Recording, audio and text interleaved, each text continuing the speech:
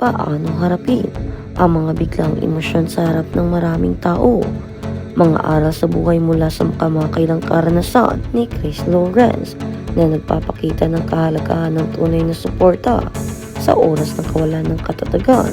Ang buhay ng isang sikat na personalidad ay madalas na nakikita ng publiko biglang perpekto, puno ng kislap at walang puwang para sa kahinaan. Sa bawat pag-akyat nila sa entablado, inaasahan ng marami na sila ay magiging matatag, nakangiti at handang magbigay ng di kalidad na alyo. Subalit sa likod ng mga makukulay na ilaw at malalakas na hiyawan ng mga tagahanga, ang mga sikat na personalidad ay mga ordinaryong tao lamang na may sariling pinagdadaanan, pangungulila at emosyonal na pasanin. Kamakailan lamang isang hindi inaasahang pangyayari sa isang konsyerto sa Aruba ang nagpapatunay na ang emosyon ng tao gaano man katatag, ang isang individual ay may kakayahang lumabas sa pinakamagandang paraan kapag ito ay napukaw. Ang tunay na pagmamahal. Ang kanyag ng R&B singer mula sa Pilipinas, si Chris Lawrence ay kasalukuyang nagtatanghal sa harap ng daan-daang mga Pilipino sa Aruba nang maganap ang isang tagpo na hindi malilimutan ng mga nakasaksi. Ang gabi ng orihinal na binuo para sa kantahan, tayawan at masayang selebrasyon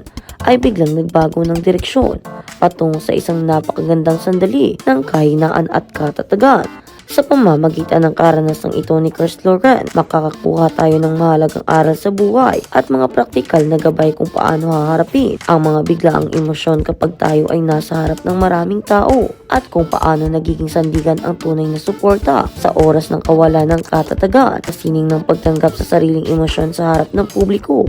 Para sa maraming profesional, pagpapakita ng luha o matinding emosyon sa trabaho o sa harap ng publiko ay madalas na itinuturing na tanda ng kahinaan. Mayroong maling paniniwala na ang isang pinuno, artista o manggagawa ay dapat palaging may kontrol sa kanyang sarili. Ngunit ayon sa mga eksperto sa psikolohiya, ang pagpigil sa emosyon ay maaaring magdulot ng mas malubhang stress at mental fatigue. Sa kaso ni Chris Lawrence, ang kanyang emosyon ay hindi napigilan nang makatanggap siya ng isang espesyal na mensahe mula sa kanyang katuwang sa buhay na si Katrina Halili. Habang siya ay nasa gitna ng entablado, ang pagbasa at pagplay ng mensaheng ito ay nagdulot ng biglaang katahimikan sa singer. Ang mensahe ay naglalaman ng taos-pusong pasasalamat para sa lahat ng kanyang sakripisyo bilang isang ama at kasosyo sa buhay na kailangang magtrabaho sa malalayong lugar upang itaguyod ang pamilya. Nang marinig ang mga salitang puno ng pagmamahal at ang simpleng pangungusap na nagbabagsak sa kanyang depensa, hindi na napigilan ng singer ang mapaluwa. Ang unang hakbang sa pagharap sa biglaang emosyon ay ang pagkilala na ang pag-iyak ay hindi kahinaan. Ito ay isang natural na reaksyon ng katawan upang ilabas ang naipong stress, pangungulila at labis na kaligayahan o kalungkutan. Sa halip na makaramdam ng hiya, ang pagtanggap sa emosyong ito ay mismo sandali na ito ay lumabas na nagpapakita ng pagiging tunay o authenticity ng isang tao. Kung ikaw ay nasa isang sitwasyon kung saan nakakaramdam ka ng matinding emosyon sa harap ng maraming tao, ito man ay isang corporate presentation, isang pampublikong pagtitipon, isang mahalagang okasyon, narito ang ilang mga hakbang. Una, huminto at huminga ng malalim. Nang marinig Chris Lawrence ang mensahe, kapansin-pansin ang kanyang pagtahimik. Ang paghinto ay isang epektibong paraan upang bigyan ng iyong sarili ng ilang segundo na iproseso ang nagaganap. Ang malalim na paghinga ay nagpapadala ng hudyat sa utak, nabawasan ang tensyon sa katawan, na nagpapahintulot sa iyo na makapagsalita muli ng may kaayusan. Pagkatapos ng ilang sandali, tanggapin ang sitwasyon ng may dignidad.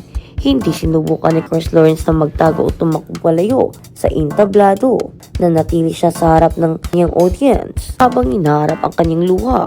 Ang pag-amin sa iyong nararamdaman sa pamamagitan ng simpleng pagkilos o maikling pahayag ay nag-aalis ng tensyon sa pagitan mo at ng mga taong nakakakita sa iyo. Gamitin ang suporta ng mga tao sa paligid. Ang reaksyon ng mga nanonood sa Aruba ay isang perfectong halimbawa ng epektibo ng positibong kapaligiran.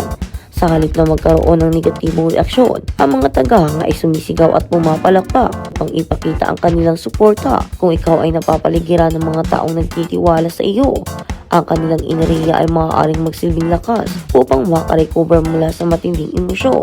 Ang kahalagahan ng tunay na suporta mula sa pamilya at komunidad. Ang pangyayari sa Aruba ay nagkataon din na naganap sa pagdiriwang ng Father's Day na nagbigay ng mas malalim na kahulugan sa buong sitwasyon. Marami sa mga dumalo, lalo na ang mga amang tatrabaho sa ibang bansa, ay nakaramdam din ng labis na emosyon dahil sa parehong karanasan ng pangungulila sa pamilya.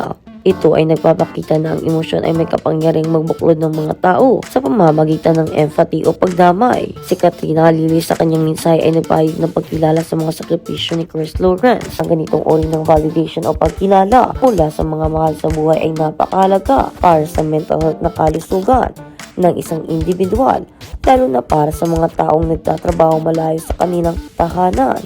Ang kaalaman na ang iyong mga pagsisikap ay pinahalagahan ay nagbibigay ng lakas upang ipagpatuloy ang laban, kabila ng mga pagsubok sa karera at personal na buhay. Inamin din ni Chris Lawrence na sa isang bahagi ng programa na dumaan siya sa mga panahon ng pag-aalinlangan sa kanyang karera, kung saan naiisip niya rin huminto sa pagsusulat at pag-record ng musika. Gayunpaman, ang kanyang inspirasyon ay nagbago dahil sa kanyang pamilya at sa mga taong patuloy na naniniwala sa kanyang kakayahan. Ito ay nagpapatunay na ang tunay na suporta ay hindi lamang nagbibigay ng emosyonal na kaginhawaan, kundi nagsilbi ring gasolina upang muling mahanap ang nawalang motibasyon sa buhay. Ang transformasyon ng kahinaan tungo sa katatagan matapos ang madamdaming sandali. Hindi hinayaan ni Chris Lawrence na matapos ang gabi sa isang iyak lamang. Pinatunayan niya na ang kanyang profesionalismo sa pamamagitan ng pagpapatuloy ng konsyerto at pagbibigay ng mas masiglang pagtatanghal. Inialay niya ang kanyang mga sumusunod na kanta para sa lahat ng mga ama at pamilyang naroroon na lalong nagpalakas sa hiyawan at palakpakan ng audience. Ito ang pinakamahalagang aral sa self-improvement.